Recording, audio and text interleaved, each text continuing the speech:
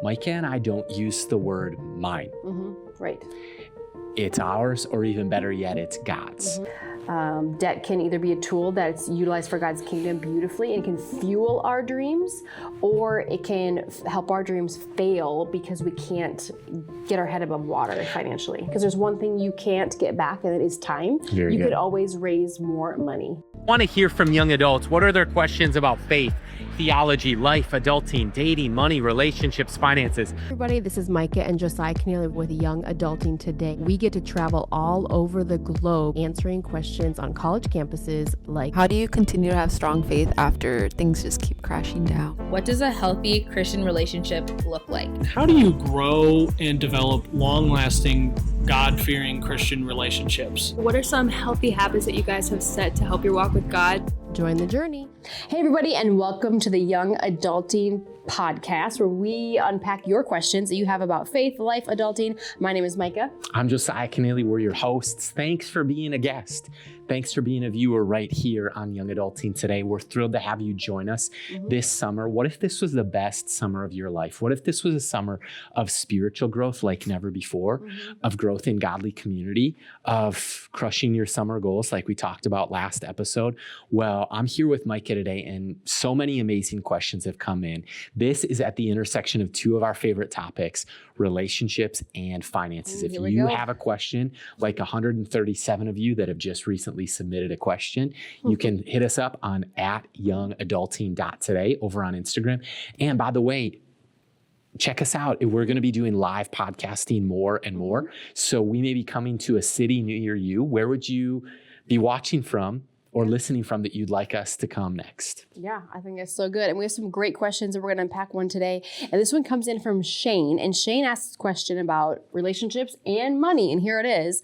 It's, should I be financially secure before I get married?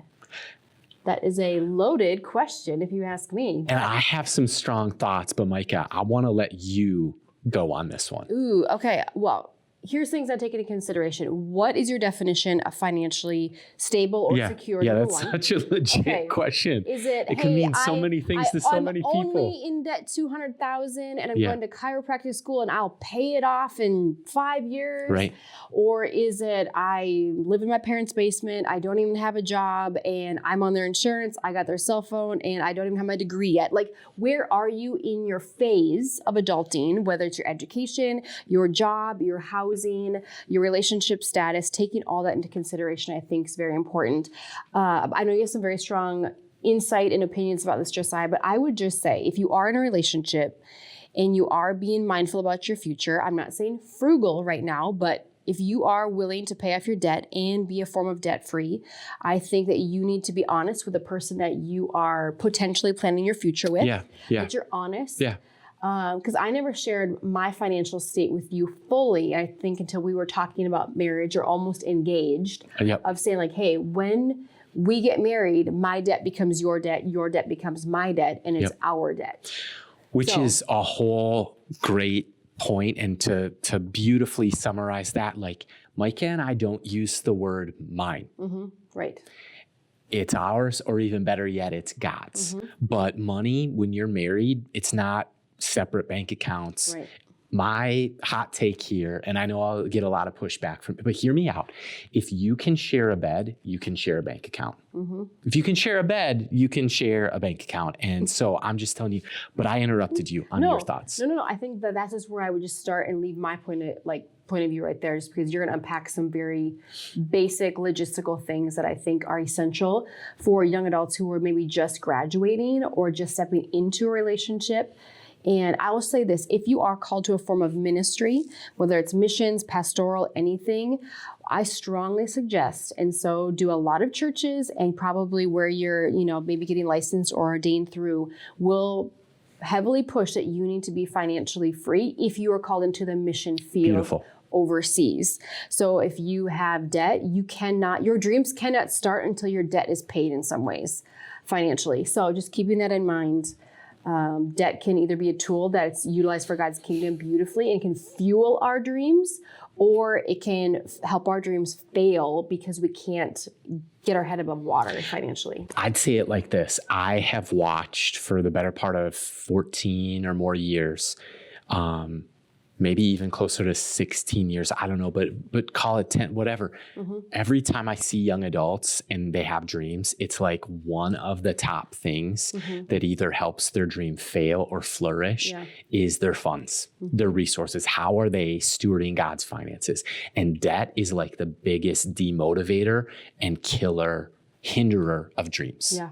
It's like a handcuff. Yep. It's like you're not going anywhere pursuing any dream. But if you are able to use money as the tool that it is, not become a servant of it and not become an idol, but use it as a tool, it can actually help fund some dreams. It can put gas in your tank to go somewhere. It can buy you an airplane across the country to serve and feed the world.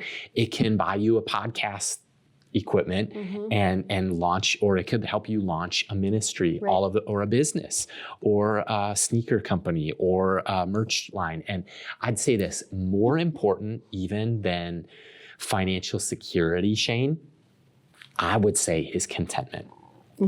I would actually say, are you content? Because I think Americans have we've misunderstood contentment and comfort. That's good. Yeah. You know, I think for so many people, instead of the contentment being the goal, which Paul writes, godliness with contentment is great gain. So instead of contentment being the goal, so many people seek comfort. They seek the brand new house, the new build. They seek a Tesla. They seek SpaceX stock on IPO week. So they seek whatever the next latest and greatest thing is, when in all reality, comfort was never the goal. It was contentment. I think that is the goal. Comfort doesn't equal money, and money doesn't equal comfort.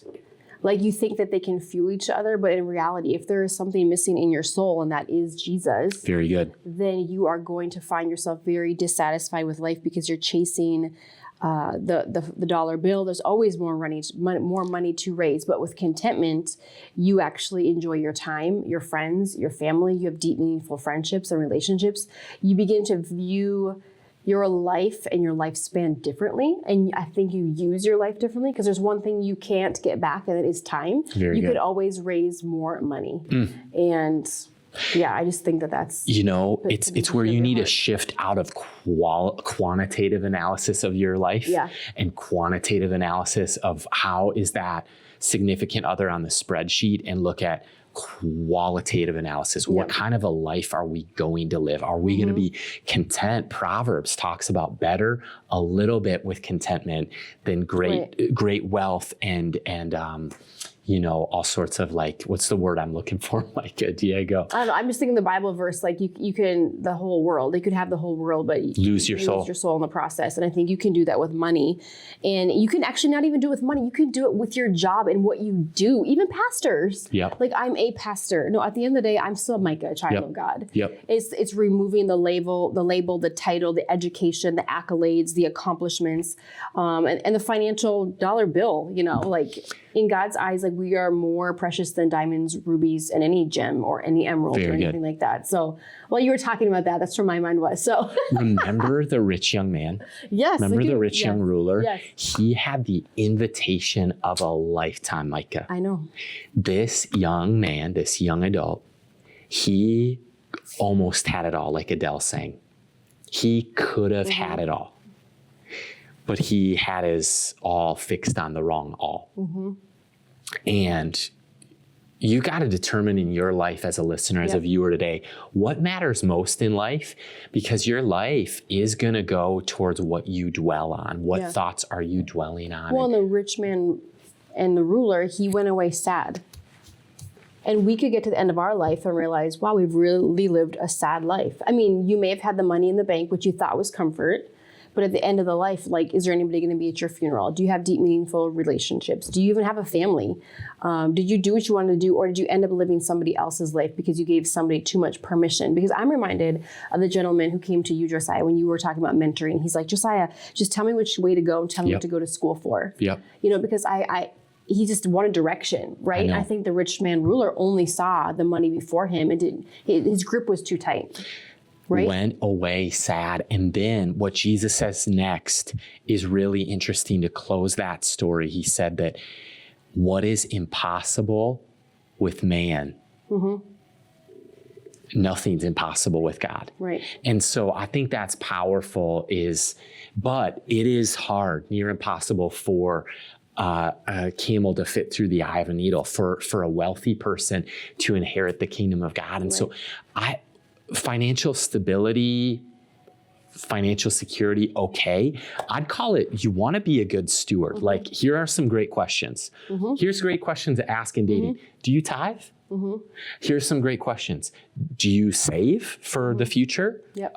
Do you have a vision for your life? Do you live beneath your means? That's like probably the three biggest questions. Yeah. Right. Because what is a full pocketbook if you have an empty soul? What is a whole bunch of, you could become a trillionaire and I'm gonna tell you a crazy story of my family. So I have great aunts that were twins. Yep. Aunt Appy and Annie were their names. Applin, and I can't remember what Annie stands for. Appy and Annie. They were twins. And one of them married a very, very wealthy man back in my home state. And they were multimillionaires. And he and their one child went out literally in the field, dug a hole, and they buried all this money. Now, to put into perspective, I went there years later. I remember being in elementary school. Mom was like, I think this is where the farm used to be. She was still alive.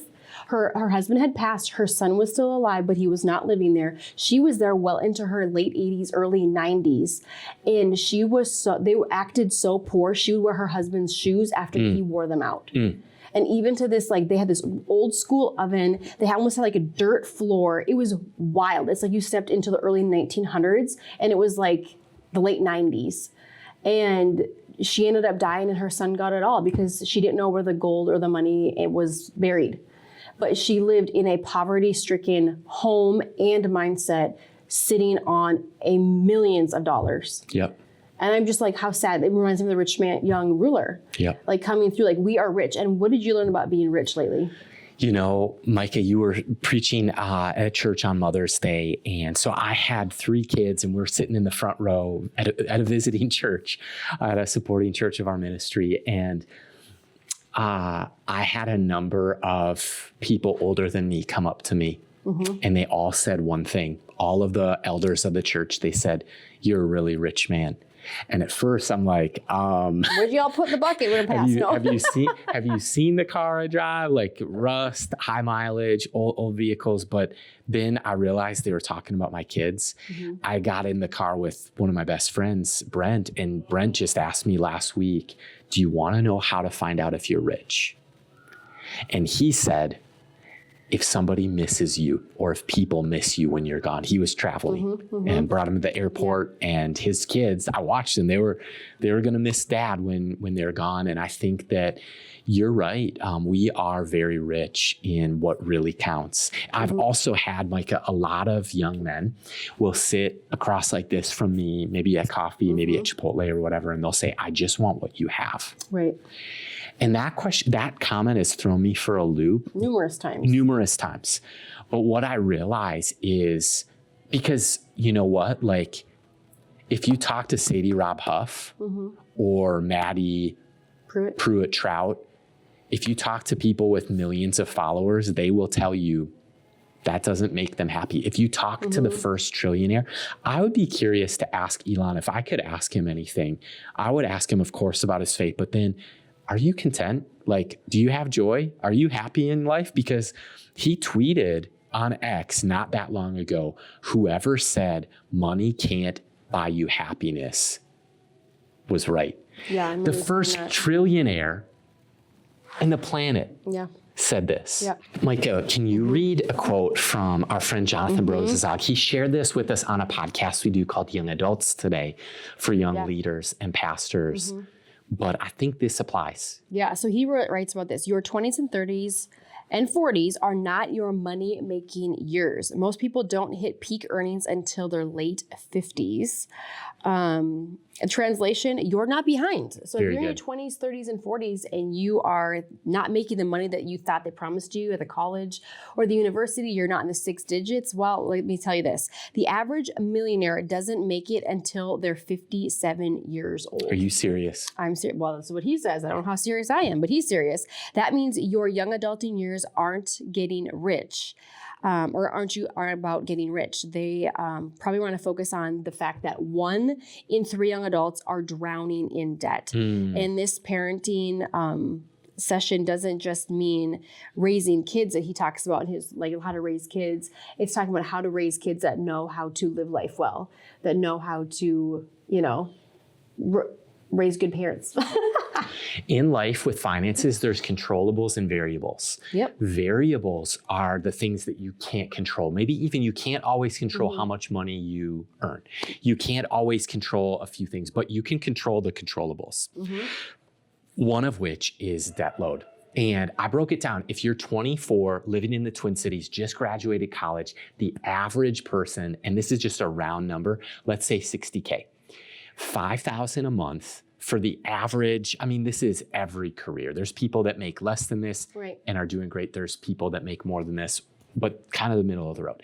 Let's say somebody who's making $60K a year, $5,000 a month. One of the things that happens is they end up, let's say after taxes, so taxes, $4,100 take home pay. Tithe, $500, that leaves you with roughly $3,600.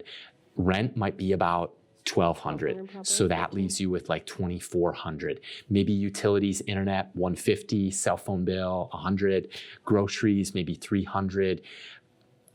Transportation might be $500. Gas is high right now. You might have a car payment. Ideally, you wouldn't have a car payment, and then that really opens some things up. And then maybe your medical insurance, it's a variable because sometimes you get that as a benefit.